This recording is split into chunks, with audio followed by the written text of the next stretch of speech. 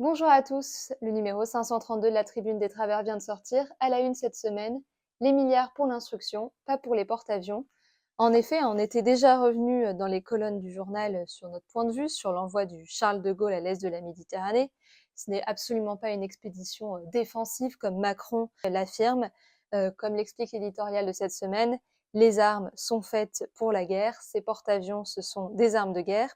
Et donc, comme si le porte-avions Charles de Gaulle ne suffisait pas, on nous annonce maintenant qu'un nouveau porte-avions est mis en chantier. Le coût serait d'au moins 12,2 milliards d'euros, sans compter les dépassements. Et puis, il faut ajouter à cela tout le financement des avions, des hélicoptères, des drones, sans quoi un tel porte-avions ne serait d'aucune utilité. C'est bien la guerre que Macron prépare. Et pendant ce temps-là, eh bien, dans toute la France, les mobilisations se multiplient, les mobilisations d'enseignants, de parents, de lycéens, parce qu'il n'y a pas un seul établissement scolaire, pas un seul collège, pas un seul lycée, où on annonce des dizaines d'heures d'enseignement supprimées, parfois 100 à 150 heures supprimées par établissement. Eh bien, ces milliards qui sont prêts aujourd'hui dans les écoles, dans les hôpitaux, et dans les services publics, c'est les milliards qui vont gonfler les coffres forts des industriels de l'armement, de ceux qui spéculent actuellement dans la crise sur le pétrole. L'éditorial de la semaine explique une lutte de classe mûrie aujourd'hui en profondeur dans ce pays, école par école, collège par collège, elle tend à rassembler.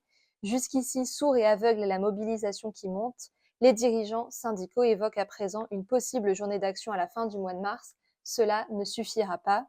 La puissance de la classe ouvrière doit s'exprimer.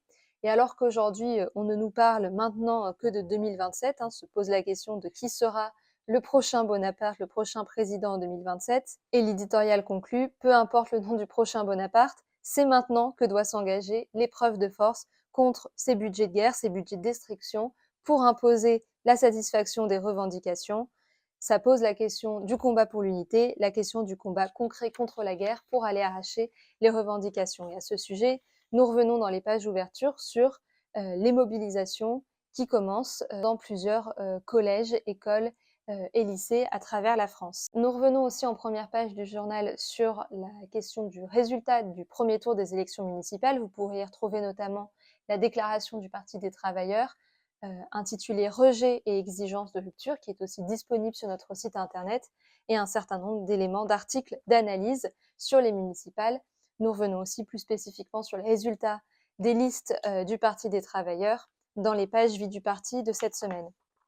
Dans le journal aussi, l'actualité internationale, évidemment la poursuite de la guerre de Trump en Iran, au Liban, où Trump et Netanyahou déchaînent la barbarie. Mais nous revenons aussi sur la résistance et le combat contre la guerre, notamment aux États-Unis, où nous publions cette semaine des voix ouvrières contre la guerre, des déclarations de syndicats au niveau national, de sections locales de syndicats qui prennent position aujourd'hui contre la guerre en Iran, contre la guerre de Trump. Ces syndicats qui affirment qu'aujourd'hui, ce n'est pas à l'armée américaine de décider de la manière dont l'Iran est gouverné, qui disent qu'ils se tiennent aux côtés des travailleurs en Iran et dans le monde entier, qui font le lien entre les sommes colossales consacrées aux aventures militaires de Trump et les conditions de vie de plus en plus désastreuses des travailleurs aux États-Unis.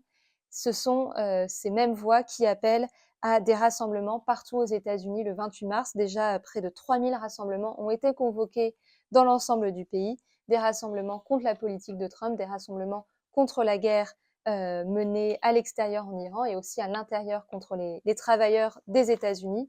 Le 28 mars, ce sera aussi l'occasion pour nous en France de célébrer la proclamation de la Commune de Paris, premier gouvernement ouvrier de l'histoire qui avait été proclamé le 28 mars 1871.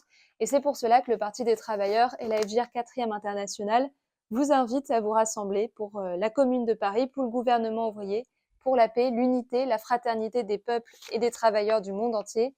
Le rassemblement aura lieu à 14h30 le samedi 28 mars. Il partira de Place Gambetta pour aller jusqu'au mur des Fédérés. Vous pouvez vous abonner si ce n'est pas déjà fait pour recevoir les prochains numéros. Vous procurez ce numéro en cours auprès des militants du Parti des travailleurs.